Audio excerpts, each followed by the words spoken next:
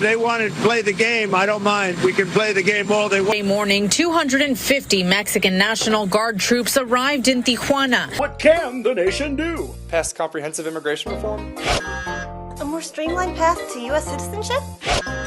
Let's build a big-ass motherfucking wall, motherfucker! Why build 4,000 miles when 4 feet will do? Introducing Porter Border, your own personal portable anti-immigrant security system. Porter Border is perfect for all locales and situations. In emergency rooms.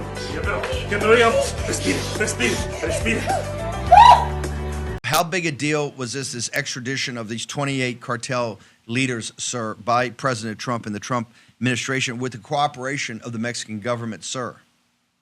This is hugely meaningful and impactful. They have convinced the Mexican government to expel and extradite 29 founding fathers of the Mexican cartel, 6 of them which have been designated terrorist organizations recently.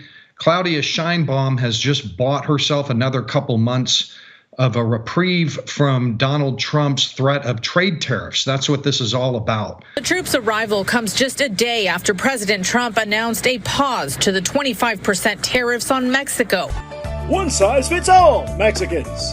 You just grab, wield, and repel. To a Fox News alert today, 2 of the 29 cartel members who were just extradited to the U.S. from Mexico, including one accused of killing a DEA agent back in 1985, will appear in a New York court today.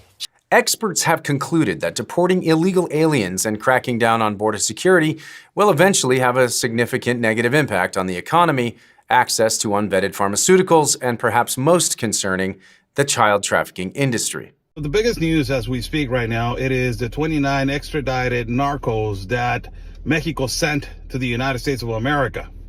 The question is why they did it until now. Everything has to do until this point with the 25% tariff. This has to do with the 25% tariff. And basically, the Mexican president, Claudia Sheinbaum, is getting unmasked in front of the world. Homie, I mean, do you bang, homie? Do you bang? Oh, where do I bank? No. Chase. Chase? Yeah, fool, I tried banking with Wells Fargo, but their overdraft fees are like ridiculous, fool. And like Chase is cool for like people like me, you know, my credit score was low, so. I mean, bang, fool, bang. Bang. Oh, with a G. Oh, bang! Yeah, what do you bang? Look, man, I don't kiss and tell, you know, that's my privacy, fool. Like, who I'm sleeping with is none of your business. Right? I worked for 6 presidents, starting with Ronald Reagan. Every president I ever worked for took steps to secure the border. Even Clinton and Obama took steps to secure the border because they clearly understood you can't have national security without border security. They got it. Joe Biden's the first president in history of the nation who came into office and unsecured the border on purpose. So for 4 years, I wake up every day pissed off. That changed November 5th. Now I wake up every day excited because I work for the greatest president of my lifetime, Donald J. Trump. This afternoon, NBC 10 saw multiple unmarked SUVs here. Listen.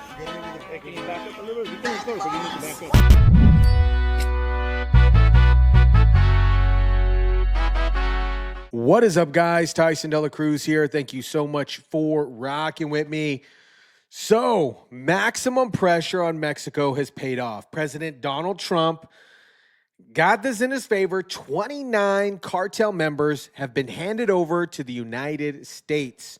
One cartel member who killed a DEA agent in 1985 is now going to do real jail time. This is real pressure from the United States onto Mexico to stop the illegal border crossings and the crossings of these crazy fentanyl drugs and all this other stuff coming across the border. Let's jump into this video. Tap the like button if you kindly would. Today, 2 of the 29 cartel members who were just extradited to the U.S. from Mexico, including one accused of killing a DEA agent back in 1985, will appear in a New York court today. Chanley Painter is here with all the details for us. Chanley? Hey, good morning. So at least 2 of those defendants will be arraigned today in Brooklyn federal court, according to Reuters, including a drug lord who is alleged to have been Among those responsible for the murder of a U.S. DEA agent, Enrique Kiki Camara, in 1985. This comes as Mexico on Thursday handed over 29 high-profile drug cartel members to the United States as part of an unprecedented extradition as the Trump administration ramps up pressure on drug trafficking organizations, illegal immigration, and fentanyl production. According to prosecutors, the prisoners face charges related to drug trafficking and in some cases homicide, among other crimes. And among them are members of 5 of the 6 Mexican organized crime groups designated earlier this month as foreign terrorist organizations by the Trump administration, guys. We're going to jump into that. We're going to jump into Oscar Blue talking about this, talking about the crazy pressure that Trump and the administration of the United States has put on Mexico to stop the illegal border crossings and also stop the fentanyl from coming into the United States. This is what his proposed tariffs that are supposed to hit on March 4th did to Mexico with the 25% tariffs, and it forces her to fold and give over these cartel members in hopes to get more time. This is what we're talking about. Let's jump into Oscar Blue so he can tell you a little bit about that. The biggest news as we speak right now, it is the 29 extradited narcos that Mexico sent to the United States of America. The question is why they did it until now. Everything has to do until this point with the 25% tariff. This has to do with the 25% tariff. And basically, the Mexican president, Claudia Sheinbaum, is getting unmasked in front of the world. The number one reason why is because the United States initiated and named them as cartel terrorists. Then Canada started putting pressure. Mexico starts to feel the pressure. Claudia Sheinbaum starts to feel the pressure to name these groups as terrorists. And look what has happened. She has now initiated a constitutional reform for nobody to name them as terrorists but the own government of Mexico, because she is making this justification that the United States of America wants to invade Mexico or wants to destabilize Mexico by naming the cartel as terrorists. She is willing to change the Constitution, people. She is willing to reform the Constitution just to protect these organized groups. But the most important thing here is that she did not extradite these 29 individuals just from one day to tomorrow. Why President AMLO did not extradite these people on his term, why Claudia Sheinbaum did it right now, is just to buy time and to tell the United States government, please stop El Mayo Zambada from opening up his mouth. This guy right here, El Mayo Zambada, it is the kingpin and drug lords and the one that has controlled the country for years. It is the one that is speculated that he funded and supported the political campaign of AMLO. It is the one that is speculated that funded and supported the political campaign of Claudia Sheinbaum. He's really upset. He's really pissed off. And he sent a message the other day from prison saying, if you don't extradite me back to Mexico, I will destabilize the relations between Mexico and the United States of America. Not only that, but the political right-wing conservative party in Mexico is on the rise right now, with Lili Tellez, a senator, exposing on the Senate pictures where the president of Mexico, Claudia Sheinbaum, it is shaking hands with the 2 lawyers that have dedicated themselves to defend the cartel terrorists. They even said it on a live video. We are lawyers that we protect criminals, that we protect cartel leaders, that we protect delinquent cartel leaders. Ninguna incertidumbre de manifestar que somos abogados del crimen organizado en el país. ¿Defendemos narcotraficantes? Sí. ¿Defendemos crimen organizado? Sí. The political party of Morena, it is getting viciously exposed around the globe, but not naming the cartels as terrorists. I have said this before. The threat of a tariff needed to happen whether they liked it or not. They needed to implement this threat of a tariff whether they liked it or not. Why? It is not because of the 25% tariff on goods. It is because of this. You're putting these dirty politicians to work. Now the Mexican government has deployed the National Guard to the borders to secure the borders, decrease the level of illegal migration, decrease the level of trafficking into the United States of America. But the most important thing is that you're pressuring them to name these groups as terrorists and to fight their own battles and to fight the cartel. And for all these dirty politicians, That is the real cartel that is getting exposed. Yep. That is the real cartel that got this low blow on their stomach. And that is the real cartel that is the next move. These dirty politicians in Mexico, that those are the cartel. That is the cartel that is controlling the country.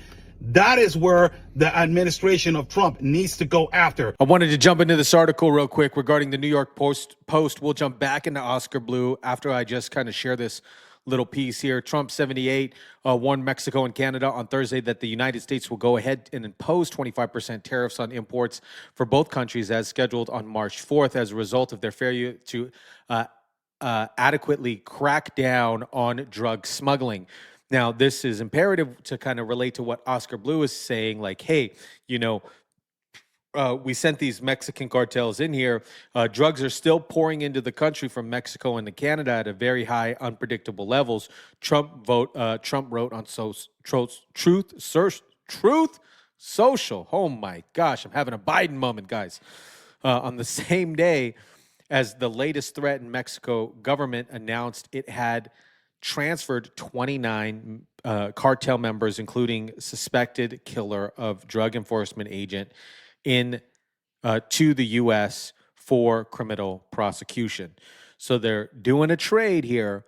They're doing a trade, and the Mexican government is just kind of postponing the inevitable by doing this trade.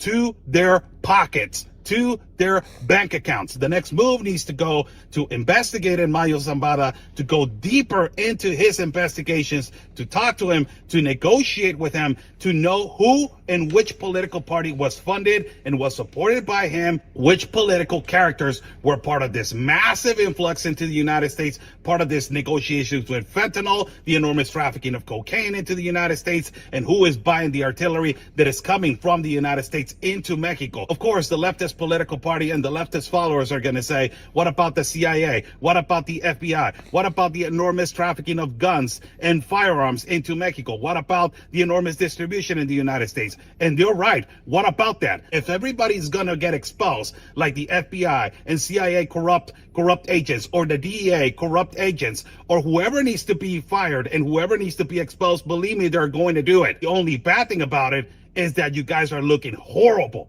because they're doing something about it. Meanwhile, you are trying to reform the Constitution. He's talking about the protect Mexican these criminals government. and to not name the cartels as terrorists.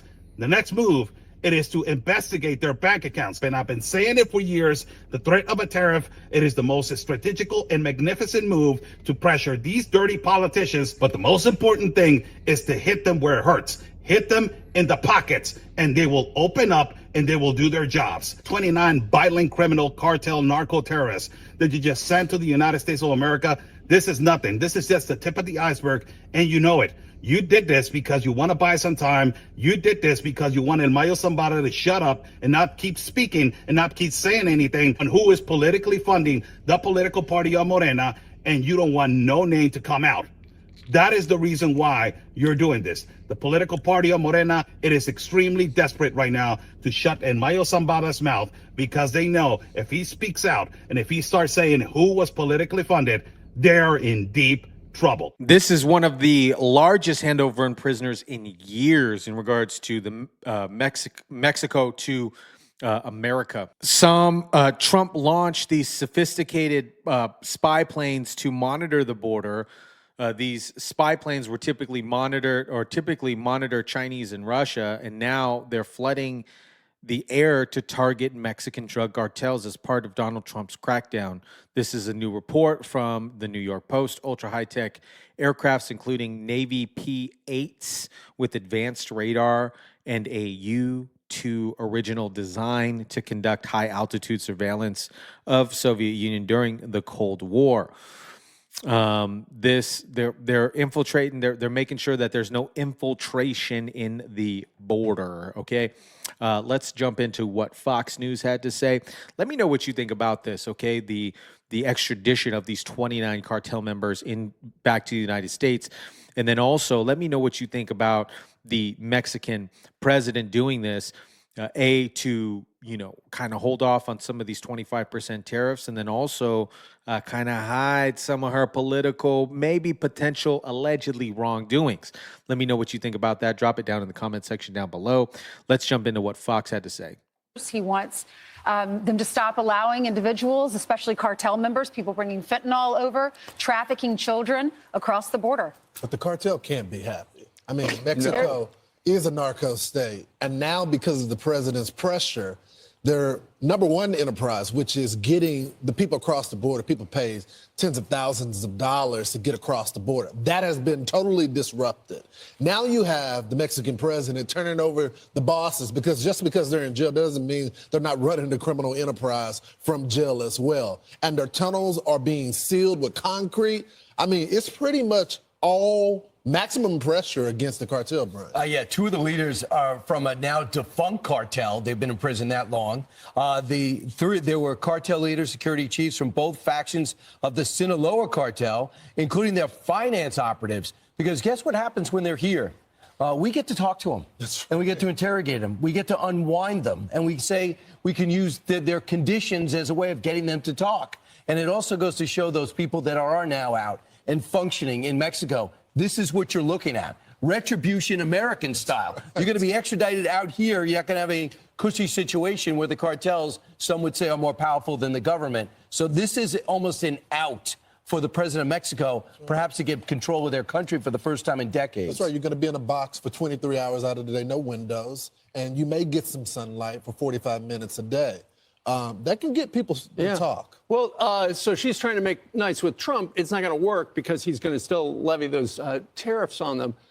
But what impressed me is just the fact that the DEA has had this picture of this agent who was murdered by this guy, murdered in 1985, up on the wall. And they've been looking for this particular guy.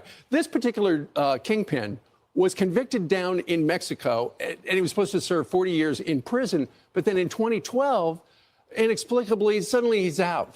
He was recaptured 10 years later, and we've been waiting to get our hands on him, and now we've got him. And you saw the video of him landing in New York City yesterday. Nothing certain in the tariff world.